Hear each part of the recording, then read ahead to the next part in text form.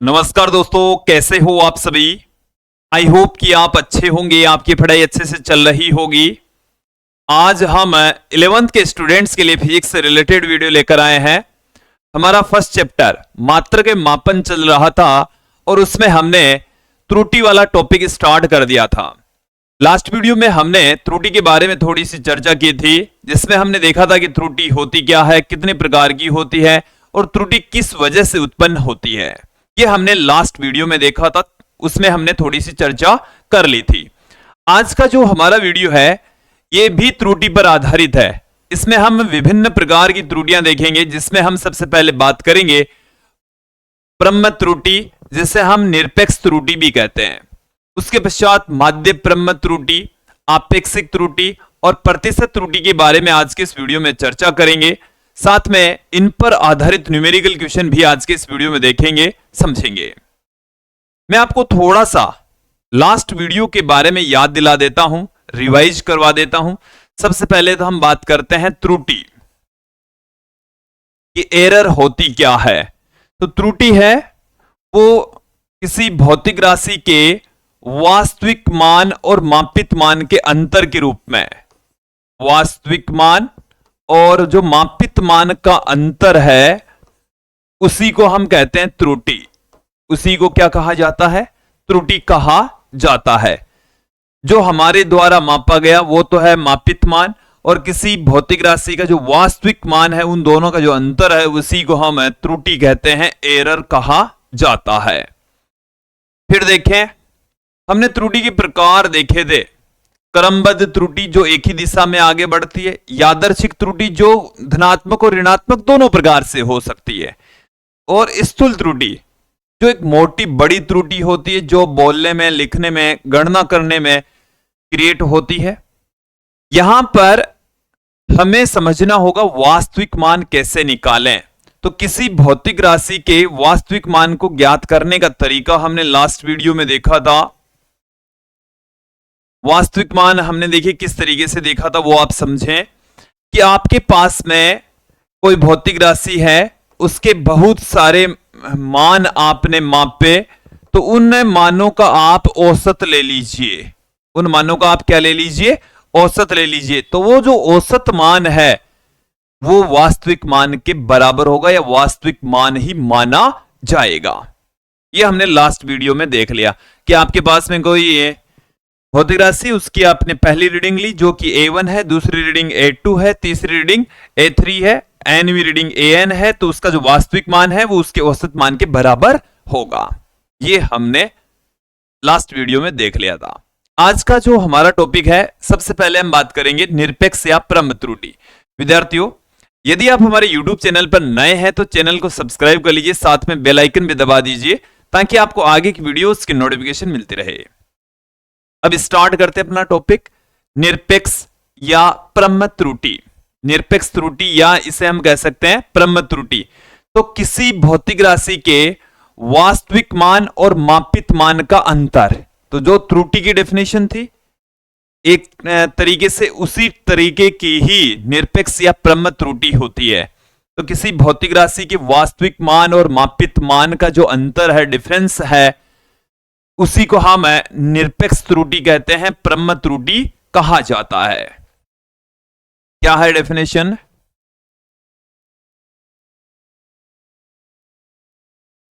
देखिए, किसी भौतिक राशि के, किसी भौतिक राशि के वास्तविक मान, वास्तविक मान व मापित मान का अंतर, मापित मान का अंतर, वास्तविक मान और मापित मान का अंतर निरपेक्ष या प्रमेय त्रुटि कहलाता है। निरपेक्ष या प्रमेय त्रुटि, निरपेक्ष त्रुटि कहेंगे या उसको हम और क्या कह सकते हैं? प्रमेय त्रुटि कहते हैं, प्रमेय त्रुटि कहते हैं। इसे डेल्टा ए से प्रदर्शित करते हैं। इसको किससे प्रदर्शित करेंगे? इसे डेल्टा ए से प्रदर्शित करते हैं। इसको डेल्टा ए से प्रदर्शित करते हैं। इसको किससे प्रदर्शित करेंगे? डेल्टा ए से रिप्रेजेंट करते हैं। कुछ एग्जाम्पल के जरिए इसको समझ लेते हैं कि हम कोई भौतिक राशि ले लेते हैं और उसके जो मापित मान है वो a1 a2 a3 dot dot dot an ले लेंगे और उससे हम पहले वास्तविक मान निकालेंगे, फिर निरपेक्ष त्रुटि और या हम कह सकते हैं प्रम त्रुटि, तो उनकी वैल्यू फाइंड आउट कर लेते हैं। सबसे पहले हम ले लेते हैं, मान लेते हैं, माना किसी भौतिक राशि के, किसी भौतिक राशि के मापित मान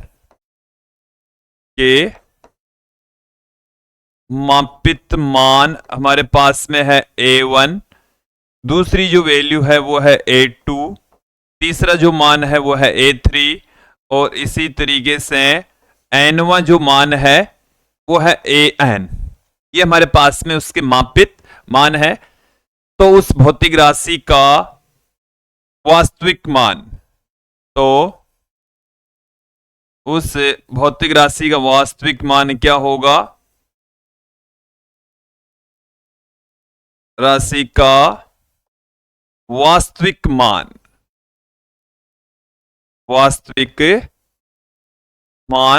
वास्तविक मान को हम am से रिप्रेजेंट करेंगे। किससे प्रदर्शित करेंगे? am से, जो कि इनके औसत के बराबर होगा। इनके औसत के बराबर होगा a1 plus a2 plus a3 plus यहां से an बट्टे में n। ये हमारे पास में इसका वास्तविक मान का सूत्र है। यहां तक आपको क्लियर हो जाना चाहिए, जिसे हम am से रिप्रेजेंट करते हैं। अब हम देखेंगे, क्या देखने वाले हैं? प्रम त्रुटि या निरपेक्ष त्रुटियां। अब हम देखेंगे प्रम या निरपेक्ष त्रुटियां। प्रम त्रुटि देख लीजिए या निरपेक्ष त्रुटियां कैसे ज्ञात करेंगे? तो पहली राशि में या प्रथम पाठ्यांक में, प्रथम मापन में, पाठ्यांक या मापन में प्रम त्रुटि, उस प्रथम राशि के मापन में जो प्रम त्रुटि क्रिएट होती है उसको हम डेल्टा a1 से लिख रहे हैं। तो वास्तविक मान ये हमारे पास में है am, उसमें से इसका मापित मान a1 घटा देंगे तो am माइनस a1 आ जाएगा। इसी प्रकार से यहां पर अपने पास में क्या आ जाएगा? दूसरा मापन, मतलब उसकी जो दूसरा जो पाठ्यांक है, दूसरा पाठ्यांक में जो त्रुटि है उसको हम डेल्टा a2 से लिखते हैं। डेल्टा a2 किसके बराबर होगा? वही वास्तविक मान में से आप क्या घटा दीजिए? दूसरा मापित मान घटा दीजिए। इसी प्रकार से अपने पास में क्या आ जाएगा?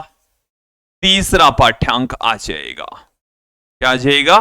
तीसरे पाठ्यांक में प्रम त्रुटि, जिसको हम डेल्टा an से लिखते हैं, जो कि अपने पास में आ जाएगा am माइनस, सॉरी यहां डेल्टा an नहीं आएगा, डेल्टा a3 आएगा। तीसरे की ही बात चल रही है, अभी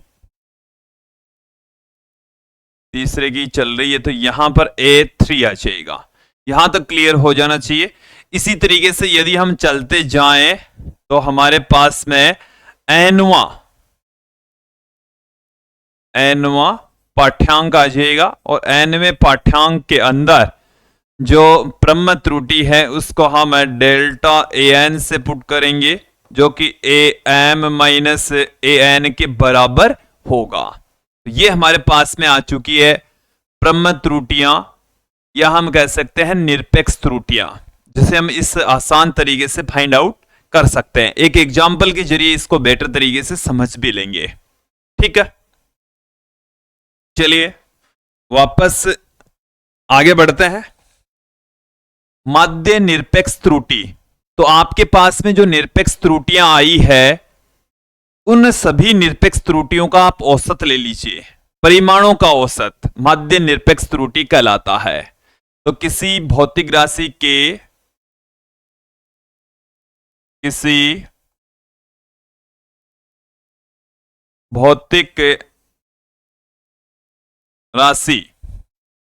की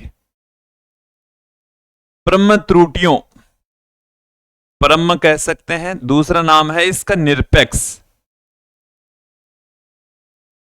निरपेक्ष त्रुटियों के परिमाणों का औसत, त्रुटियों के परिमाणों का औसत, परिमाणों का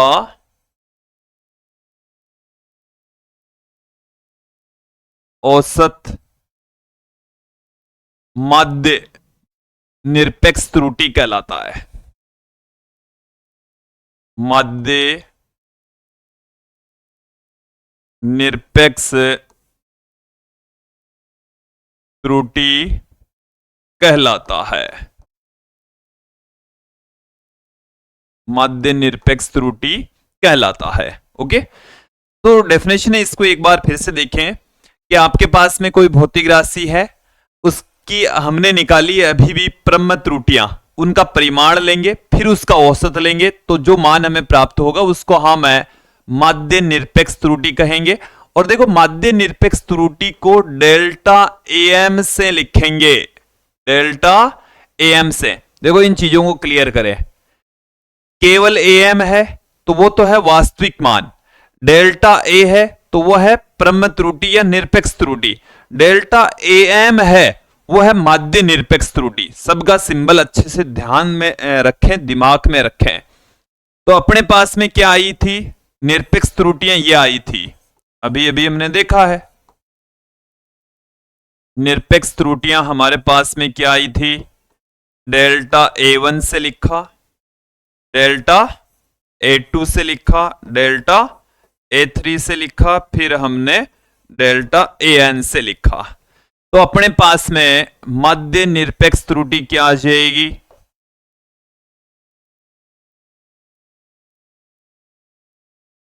माध्य निरपेक्ष त्रुटि, माध्य निरपेक्ष त्रुटि जिसको हम लिख रहे हैं डेल्टा ए एम से। ठीक है, ये तो इसका हो गया सिंबल। फिर देखें औसत लेना है, देखो इसको अच्छे से समझ लें भाई। पहली जो त्रुटि है वो हमारे पास में है डेल्टा ए1, तो डेल्टा ए1 उसका परिमाण ले लिया। दूसरी राशि है डेल्टा ए2, उसका परिमाण ले लिया। तीसरी राशि हमारे पास में डेल्टा ए3, उसका परिमाण ले लिया।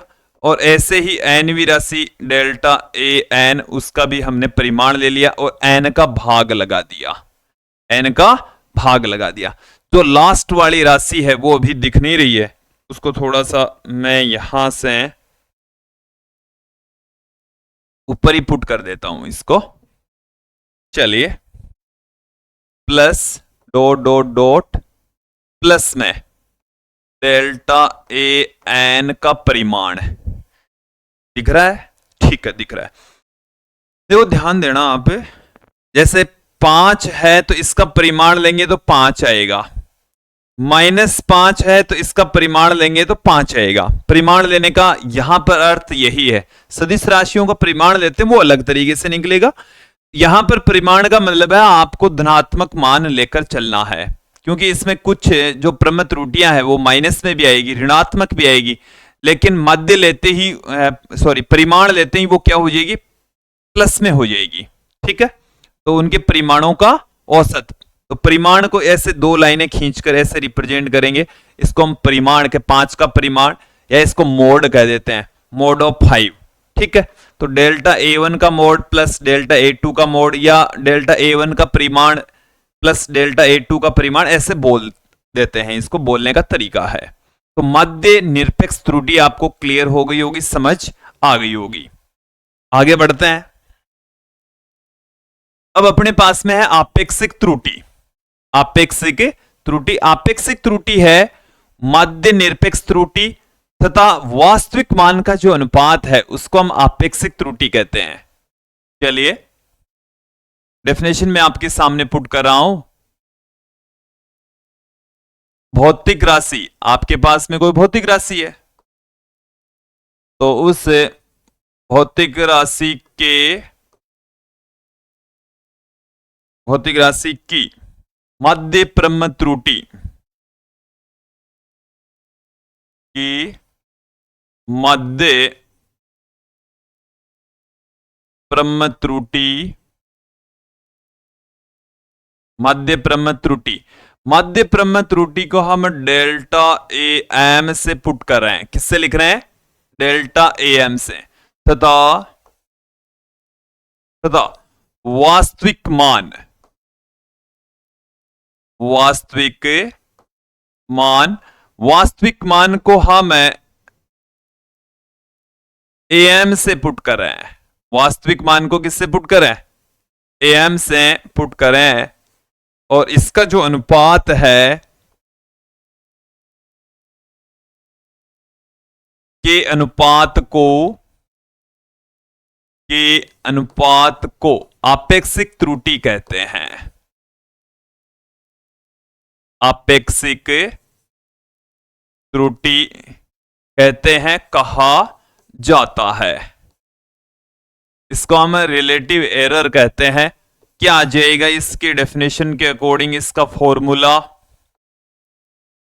आपेक्षिक त्रुटि, देखें डेल्टा ए एम, ये तो आ गई अपने पास मध्य प्रम त्रुटि, या इसको हम कह सकते हैं मध्य निरपेक्ष त्रुटि, एक ही बात है। डेल्टा ए एम बट्टे में ए एम। कई बार अपना दिमाग कहता है इस ए एम से ए एम को काट दें, बट ऐसा नहीं करना है। क्यों नहीं करना? क्योंकि ये अकेले ए एम का कोई सेंस नहीं है, या अकेला डेल्टा बच गया तो उसका तो कोई मतलब भी नहीं है।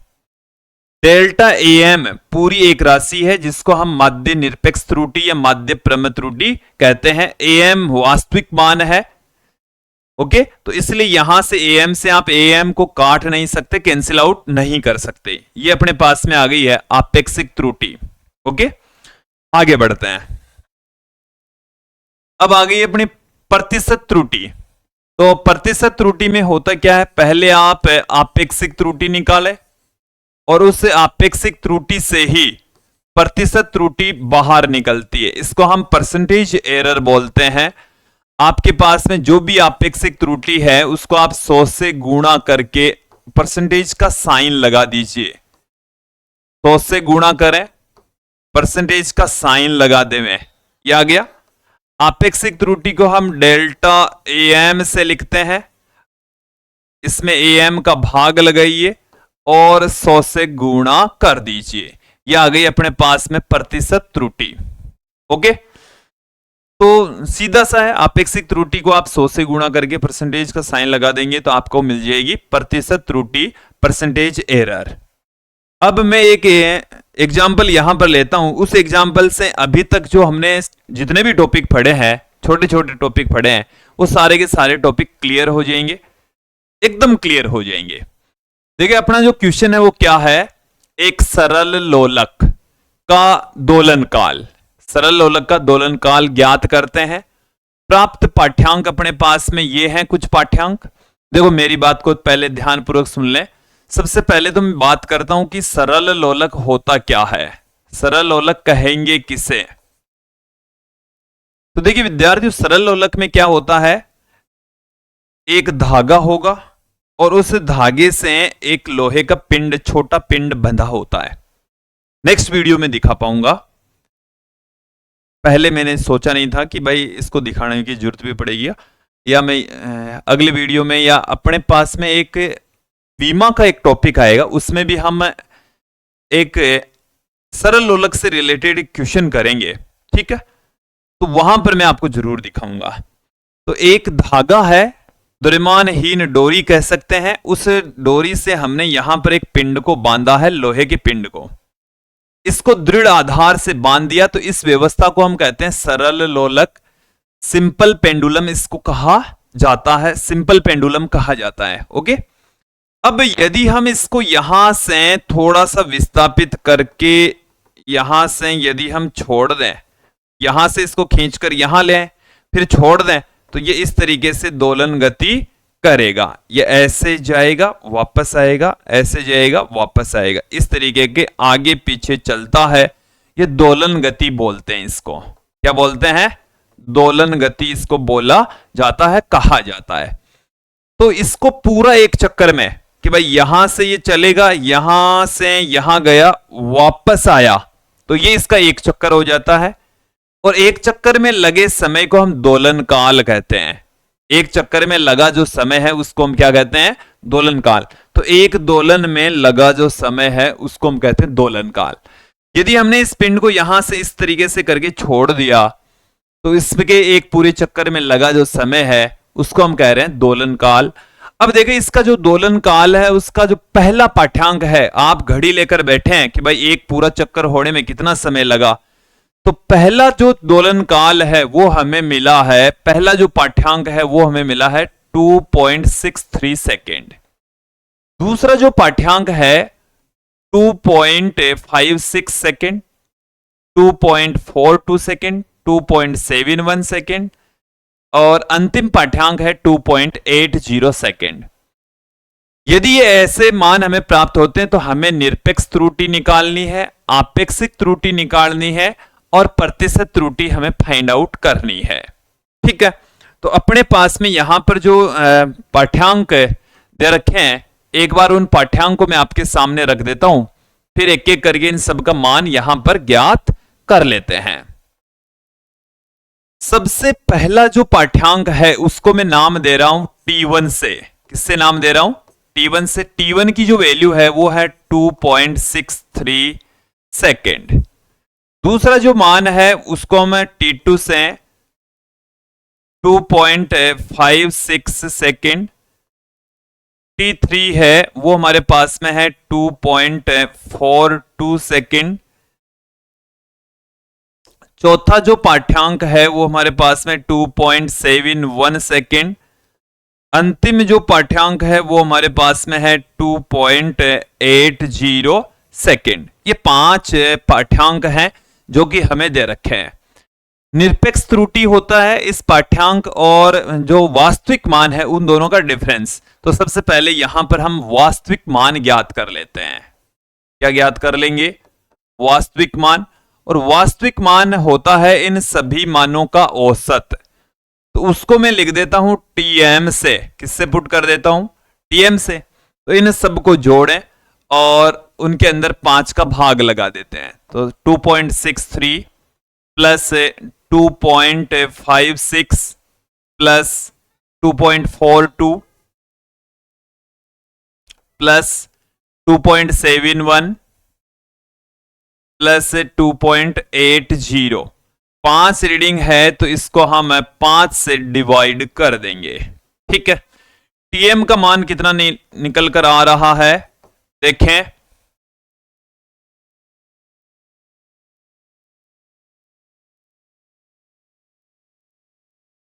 7 और 5 12, 16, 23 और 8 31, 3 हासिल का हो गया, 10 और 3 13। ये अपने पास में आ गया है। 5 से इसको डिवाइड कर देते हैं। तो यहां से डिवाइड करेंगे तो 2 बार में चला गया। 31 के अंदर चला जाएगा ये 6 बार में। कितनी बार में? 6 बार में। फिर 1 12 10, फिर ये 2 बार में चला जाएगा। और यहां पर 20, तो 20 के अंदर ये 4 बार में चला जाएगा। ये सेकंड में आंसर आ जाएगा। इसमें आ जाएगा सेकंड। ओके, अब क्या करने वाले हैं? वास्तविक मान आ चुका है 2.624 सेकेंड और अब हमें यहां पर निरपेक्ष त्रुटियां ज्ञात करनी है। क्या ज्ञात करनी है? निरपेक्ष त्रुटियां। तो हमारे पास में यहां पर कॉपी का तो ऑप्शन नहीं है, अगले पेज पर ले जाने का ऑप्शन नहीं है। चलिए, तो ऑप्शन में एक बार इन मानों को ये यहीं पर कर दें हम। वास्तविक मान में यहां पर पुट कर देता हूं। टीएम की वैल्यू आ चुकी है, चलिए यहीं पर करेंगे। टीएम बराबर आ चुका है 2.624 सेकेंड। जैसा मान आया है वैसा ही रहने देते हैं, ये अपने पास में आ गया है। और अब यहां से मैं इसको हटा देता हूं। आपको समझ तो आ ही गया होगा, मैंने इसको हटा दिया है, आप इसको नोट कर लीजिएगा। ओके, अब हम चलते हैं, बात करेंगे यहां पर निरपेक्ष त्रुटियों की। निरपेक्ष त्रुटियां, और निरपेक्ष त्रुटियों के अंदर सबसे पहली जो त्रुटि है डेल्टा T1, जो कि Tm माइनस T1 से लिखी जाएगी। Tm का जो मान है वो अपने पास में है। चलिए मैं एक बार इनके फॉर्मूले लिख देता हूं।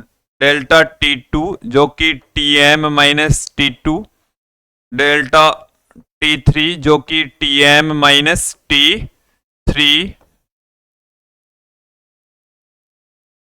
Tm minus T4, delta T5 बराबर Tm माइनस T5। इनके मान यहां पर हम पुट करेंगे। Tm का मान कितना है? 2.624, 2.624, 2.624, 2.624, 2.624, ये हमारे पास में Tm की वैल्यू है। अब T1 का मान कितना है? 2.63, मैं यहां पर जीरो लगा देता हूं। T2 का मान कितना है? 2.560, 2.420, 2.710। वैसे हम इसकी एक राशि को कम कर सकते थे बट हमने किया नहीं है, चलने देते हैं। क्या मान आ रहा है? देखो यहां से यदि इसमें देखेंगे तो ये नेगेटिव में मान आएगा। किस में आएगा? नेगेटिव में। और नेगेटिव में कितना आ रहा है? 0.006, 006। यहां पर देखो 24 और 40 कितना हो गया? ये प्लस में आएगा। 24 और 40 हो गया 66, ये आ गया। और यहां पर आ गया 204, 0.204, ये अपने पास में आ जाएगा, माइनस में आएगा। तो ये 76 और 10 86, माइनस में 0.086, ये आ गया। और अगला जो मान आएगा 800 में से ये 76, 176 आ गया, तो माइनस में 0.176, ये मान आए। ये अपने पास में, क्या आप लोगों को उधर सारे मान दिख रहे हैं? दिख रहे हैं, अच्छे से दिख रहे होंगे। ये अपने पास में निरपेक्ष त्रुटियां आ चुकी है। पहला पार्ट अपना हो चुका है कंप्लीट। उसके पश्चात अपन को निकालना है, हम अगले पेज की ओर बढ़ते हैं। एक बार मैं इन सब की वैल्यू है यहां पर पुट कर लेता हूं। विद्यार्थियों अगले पेज पर, क्योंकि हमारे को बहुत सारे मानों की जरूरत पड़ेगी। अब इनका चलिए एक बार लिख लेते हैं, थोड़ा सा टाइम जरूर लगेगा।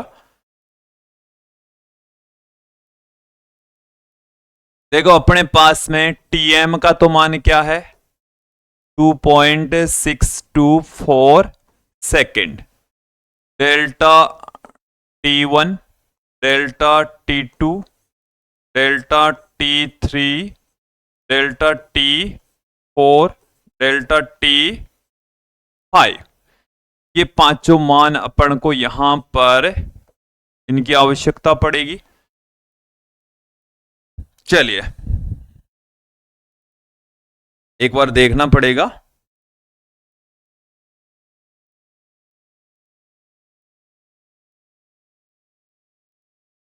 माइनस में ये मान है 0.006, ये प्लस में है 0.066, और अब दोबारा देखना पड़ेगा, वापस देख लेते हैं।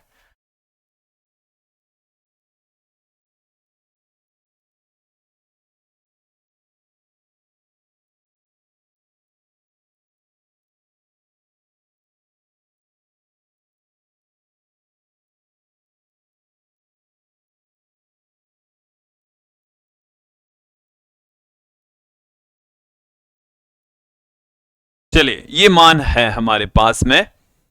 अब अपन को निकालनी है माध्य प्रम त्रुटि। क्या निकालनी है? माध्य प्रम त्रुटि। माध्य प्रम त्रुटि। माध्य प्रम त्रुटि को हम डेल्टा टी एम से पुट करेंगे। ये क्या है? इनके परिमाणों का औसत है, इनके परिमाणों का औसत। तो इसका परिमाण लेंगे तो ये प्लस में हो जाएगा 0.006। इसका परिमाण लेंगे तो ये तो है ही प्लस में, तो 0.066, ये प्लस में ही है। फिर ये माइनस में है, इसका परिमाण लेंगे तो ये भी प्लस में हो जाएगा, और इसका परिमाण लेंगे तो ये भी प्लस में हो जाएगा।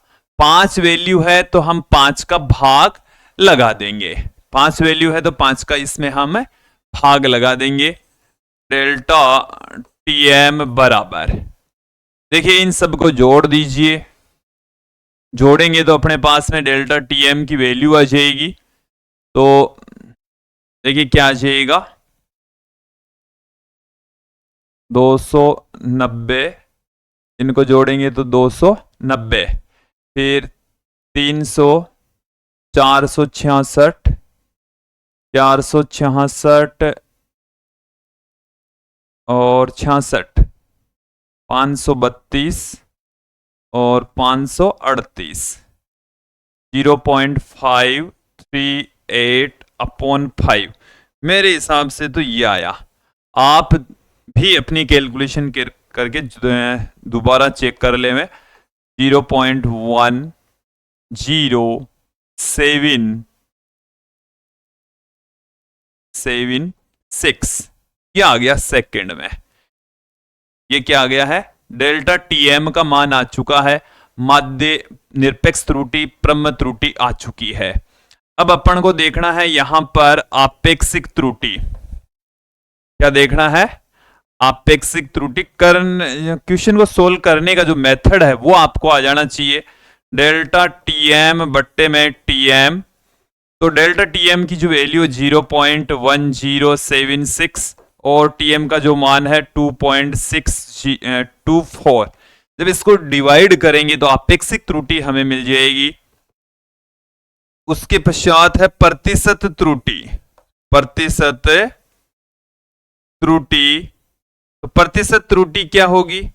आपेक्षिक त्रुटि के अंदर, आपेक्षिक त्रुटि से को आप 100 से गुणा कर दीजिए। किससे गुणा कर दीजिए? 100 से गुणा कर दीजिए तो 0.1076 बट्टे में 2.624, यहां से आ जाएगा 10.76 बट्टे में 2.624। तो ये इसमें लगभग 3 पॉइंट कुछ त्रुटि, प्रतिशत त्रुटि आने वाली है। ये परसेंटेज एरर आएगी। आप कैलकुलेशन करके इसे आप देख लीजिए, कर सकते हैं आप आराम से। ओके, तो विद्यार्थियों ये था आज का हमारा वीडियो, जिसमें हमने निरपेक्ष या प्रम त्रुटि के बारे में पढ़ा।